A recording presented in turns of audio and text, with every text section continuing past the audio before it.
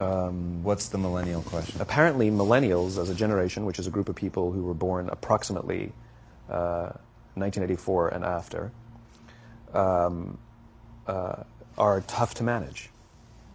And they're accused of being entitled and narcissistic and self-interested, unfocused, lazy. But entitled is the big one. And because they confound leadership so much, what's happening is leaders are asking the millennials, what do you want? And millennials are saying, we want to work in a place with purpose, love that. We want to make an impact, you know, whatever that means. We want free food and beanbags. And so somebody articulates some sort of purpose, there's lots of free food and there's beanbags, and yet for some reason they're still not happy.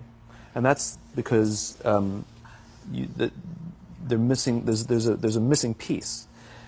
What I've learned is that I can break it down into four pieces, right? There are four things, four characteristics. One is parenting, the other one is technology, the third is impatience, and the fourth is environment. The generation that we call the millennials, too many of them grew up subject to, not my words, failed parenting strategies, you know? Where, for example, they were told that they were special all the time. They were told that they could have anything they want in life, just because they want it, right? They were told, some of them got into honors classes, not because they deserved it, but because their parents complained. And some of them got A's, not because they earned them, but because the teachers didn't want to deal with the parents. Some kids got participation medals. You got a medal for coming in last, right? Which the science we know is pretty clear, which is it devalues the medal and the reward for those who actually work hard, and it actually makes the person who comes in last feel embarrassed because they know they didn't deserve it, so it actually makes them feel worse, right? So you take this group of people, and they graduate school, and they get a job, and they're thrust into the real world, and in an instant, they find out they're not special, their moms can't get them a promotion, that you get nothing for coming in last, and by the way, you can't just have it because you want it. Right? And in an instant, their entire self-image is shattered. And so you have an entire generation that's growing up with lower self-esteem than previous generations.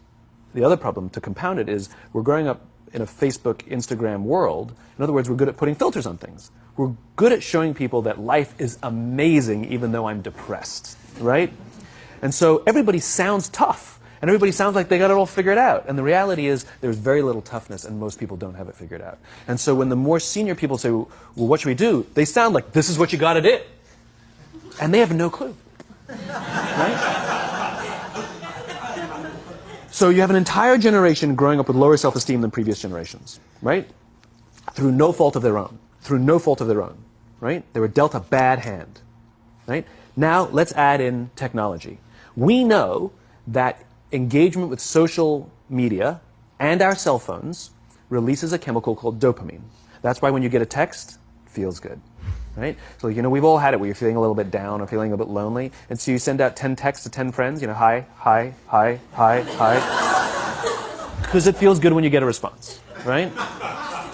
Right? It's why we count the likes. It's why we go back 10 times to see if my Instagram is growing slower, did I do something wrong? Do they not like me anymore, right? The trauma for young kids to be unfriended, right? Because we know when you get a hit of dopamine, which feels good. It's why we like it. It's why we keep going back to it. Dopamine is the exact same chemical that makes us feel good when we smoke, when we drink, and when we gamble. In other words, it's highly, highly addictive. Right? We have age restrictions on smoking, gambling, and alcohol, and we have no age restrictions on social media and cell phones, which is the equivalent of opening up the liquor cabinet and saying to our teenagers, hey, by the way, this adolescence thing, if it gets you down. But that's basically what's happening. That's basically what's happening, right? That's basically what happened. You have an entire generation that has access to an addictive, numbing chemical called dopamine through social media and cell phones as they're going through the high stress of adolescence. Why is this important? Almost every alcoholic discovered alcohol when they were teenagers.